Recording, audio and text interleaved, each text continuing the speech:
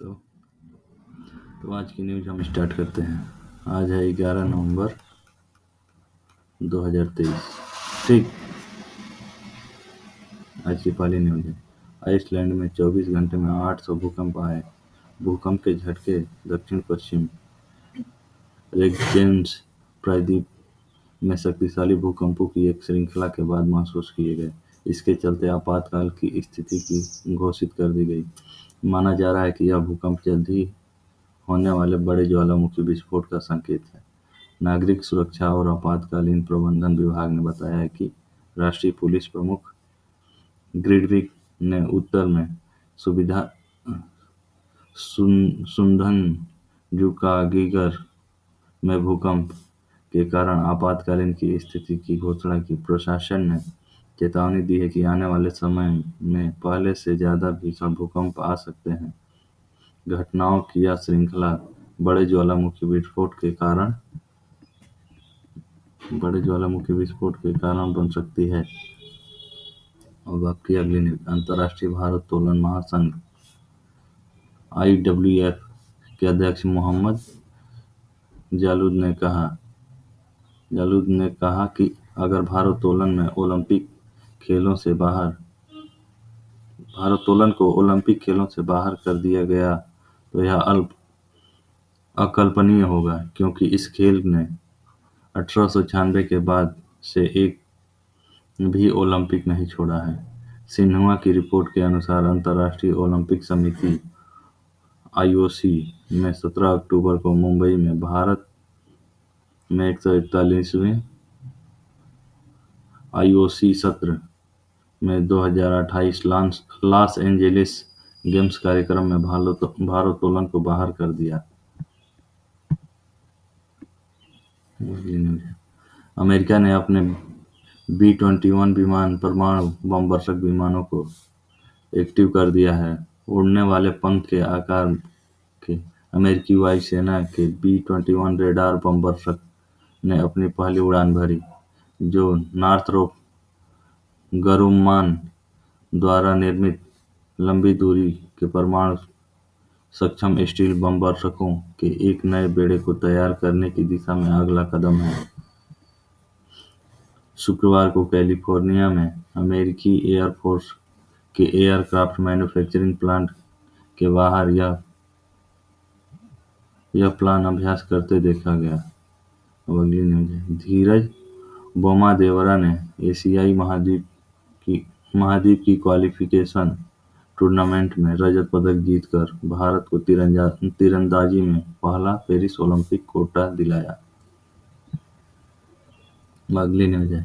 प्रधानमंत्री नरेंद्र मोदी द्वारा Grammy award विजेता फाल्गुनी शाह और उनके पति गौरव शाह के साथ मिलकर लिखा गया गीत अबंडेंस मिलेट्स ग्रैमी अवार्ड के लिए नामित हो गया है। मोदी की पहल पर 2023 को संयुक्त राष्ट्र द्वारा घोषित अंतर्राष्ट्रीय मिलेट ईयर यानी कि मोटे अनाजों का वर्ष के अभियान को समर्पित इस गाने को आवाज फाल्गुनी शाह और गौरव शाह ने दी है। अगला, चीन की आक्रामकता का मुकाबला करने, स्वतंत्रता और मुक्त हिंद प्रशांत को बढ़ावा देने और क्षेत्रीय सुरक्षा चुनौतियों का समाधान करने के लिए भारत और अमेरिका के बीच रणनीतिक मुद्दों पर सहमति बनी है।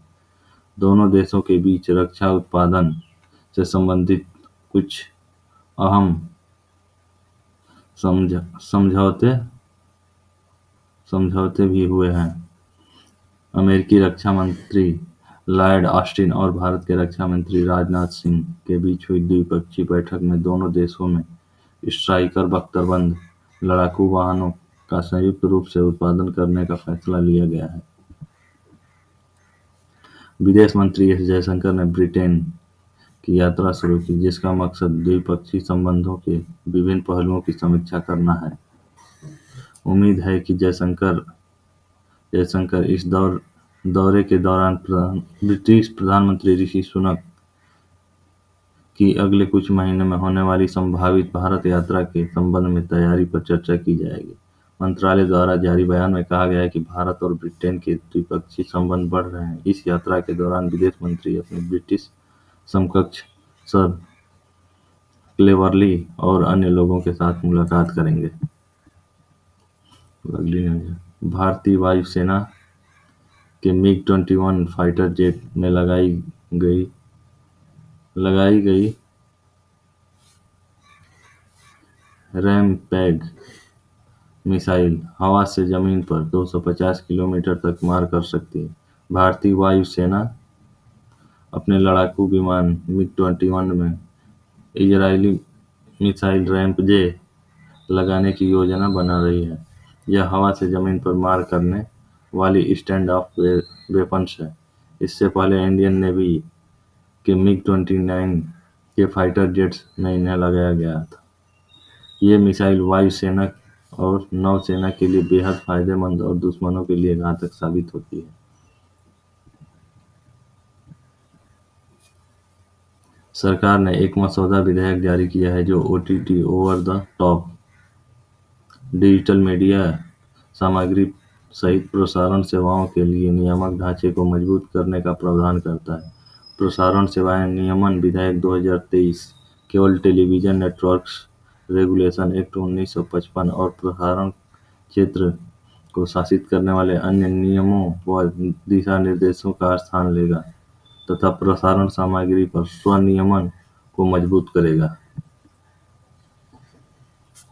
अगली न्यूज़ है, डिक्टाडोर कंपनी ने CEO के तौर पर एक AI रोबोट की नियुक्ति की, जो कोलंबिया की एक कंपनी है।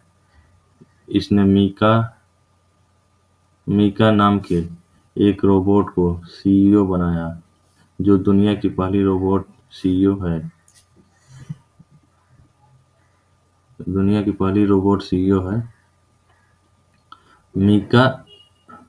मीका हैंसन रोबोटिक्स और डिक्टाडोर दोनों की मेहनत का नतीजा है। हैंसन रोबोटिक्स ने ही पॉपुलर ह्यूमनॉइड रोबोट सोफिया को तैयार किया था। अगली न्यूज़ है, उपराष्ट्रपति और राज्यसभा के सभापति जगदीप धनखड़ ने भारतीय न्याय संहिता 2023 पर 46वीं रिपोर्ट, भारतीय नागरिक संहिता 2023 पर 247वीं रिपोर्ट और भारतीय साक्ष्य विधेयक 2023 पर 248वीं रिपोर्ट के प्रसार और प्रशासन का निर्देश दिया।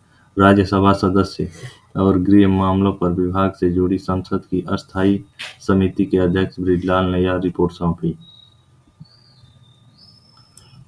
उत्तराखंड समान नागरिक संहिता यूनिफॉर्म सिविल कोड लागू करने वाला पहला राज्य बनेगा।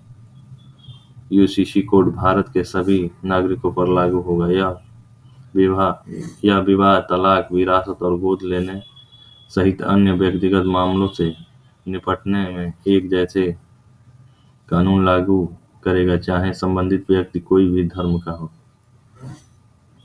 अब अगली न्यूज़ है, अमेरिका में भारतीय मूल के नागरिक भारतवंशी डॉक्टर सेजल हाथी को ओरेगन हेल्थ अथॉरिटी का निदेशक चुना गया है।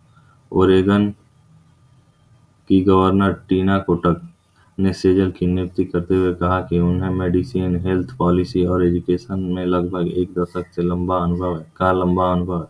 वह 16 जनवरी 2024 को पदभार ग्रहण करेंगी।